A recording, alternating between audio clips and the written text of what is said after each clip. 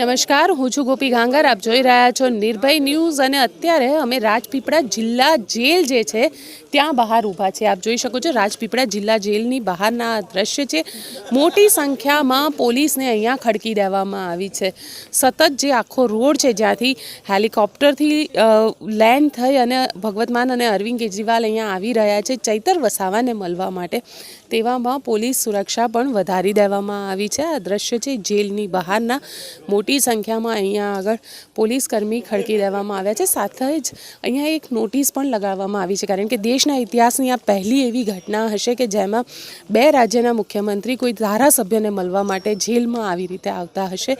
તો તેવામાં આપ જોઈ શકો છો આ પ્રકારની એક જે નોટિસ છે તે અહીંયા આગળ લગાવી દેવામાં આવી છે અને આખો વિસ્તાર જે છે તે પ્રતિબંધિત કરી દેવામાં આવ્યો છે. ધારા 144 લગાવવામાં આવી છે. એટલે આમ આદમી પાર્ટીના જે કાર્યકર્તાઓ છે તેમને અહીંયા ન આવવા માટે કહેવામાં આવ્યું છે, પરંતુ જેલની જે અનુમતિ મળી છે તેના પ્રમાણે અરવિંદ કેજરીવાલ, ભગવત માન, તેમની સાથે તેમના વકીલ ગોપાલ ઇટાલિયા અને ઈસુદાન ગઢવી અંદર ચૈતર વસાવાને મળવા માટે જઈ શકે છે. અને પોલીસ જે છે તે સતત અહીંયા આગળ પેટ્રોલિંગ પણ કરી રહી છે. આખા રોડ ઉપર જે જેલના દ્રશ્ય છે સાથે લગભગ 11 વાગ્યાની આજુબાજુ પોલીસ કોન્વે જે છે અરવિંદ કેજરીવાલનો તે અહીંયા આગળ પહોંચશે અને આ જે મુલાકાત છે, આ આખી મુલાકાત લગભગ 20 મિનિટની આ આખી મુલાકાત જે છે તે રાખવામાં આવી છે. એટલે 20 મિનિટ ભગવત માન અને અરવિંદ કેજરીવાલ ચૈતર વસાવાને મળશે.